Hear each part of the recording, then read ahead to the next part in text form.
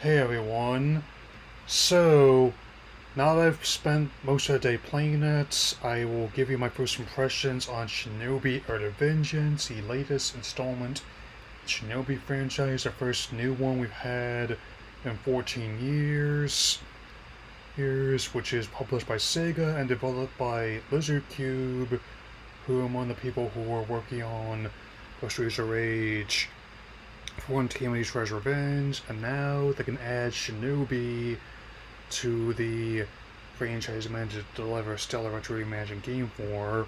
something of a true ninja masterclass, as it were. So, let's begin. The story and gameplay are very much in keeping with the earlier installments on Genesis, as in other consoles,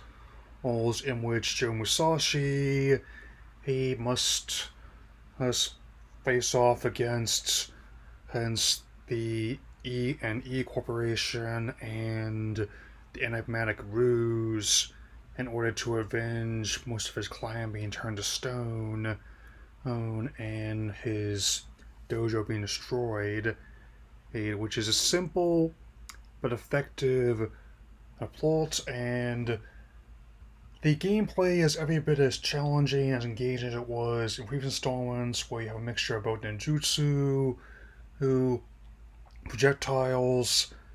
and close-up attacks with your sword. But that last one is definitely seen the most significant shakeup, and I actually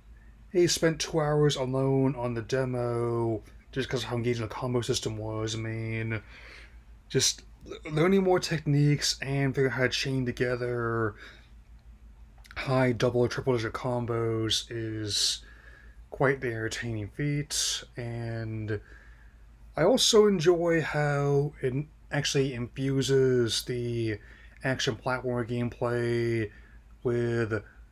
some Metroidvania and roguelite elements where there's certain areas you can't access on your first playthrough and but also encourages experimentation and backtracking as you get more special abilities. I mean, I just got a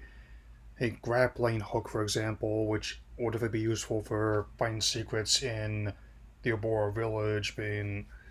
so, and looks like they did indeed keep their word about shaking up loot drops and enemy placement like I thought they would. In terms of sound, and visuals, the game is absolutely stunning. And I mean, with both longtime and composer Yuzo Koshiro and Tay Lopez, who worked on the soundtracks for Sonic Mania and the aforementioned Shredder's Revenge, and they definitely took the mixture of both hard rock and more traditional Japanese instruments from the earlier titles and took it to its logical progression. I mean, where here instruments like shamisen and pan flutes are contrasted with massive thundering drums, electric guitars, especially in the chase sequence, which I definitely ran through a lot just last night, or rather, that because I dropped it a little early now I can talk about it in trying to get at this bonus, and sometimes just go through a stage more and more to stack coin to unlock abilities, and even like how jovial the yokai shopkeeper resembles like a wild boar as a ghost is with you as well. I mean, note to self, watch a bit more Dawn to Dawn, and with that in mind, I definitely can say that it is very much a game that's in the same threshold of challenge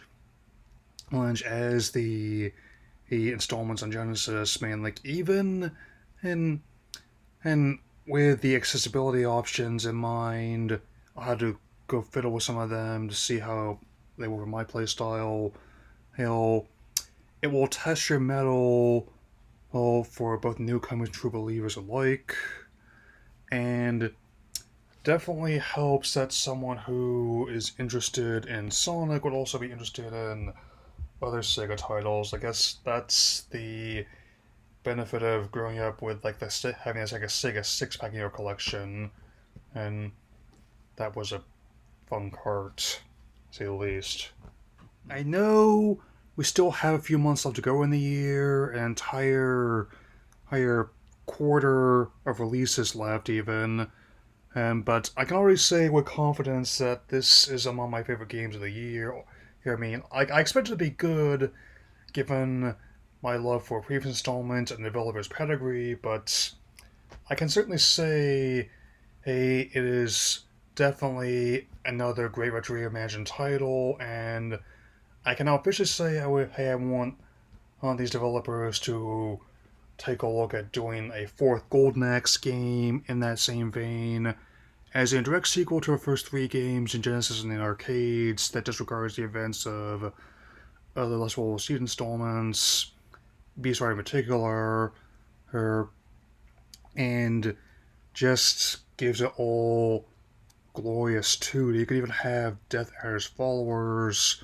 hers trying to follow in his footsteps, if not resurrect him. And it will not be the only Sega title I'll be talking about this weekend. Count on that. So, that'll be all for now, and I will see you all again soon. Take care, everyone.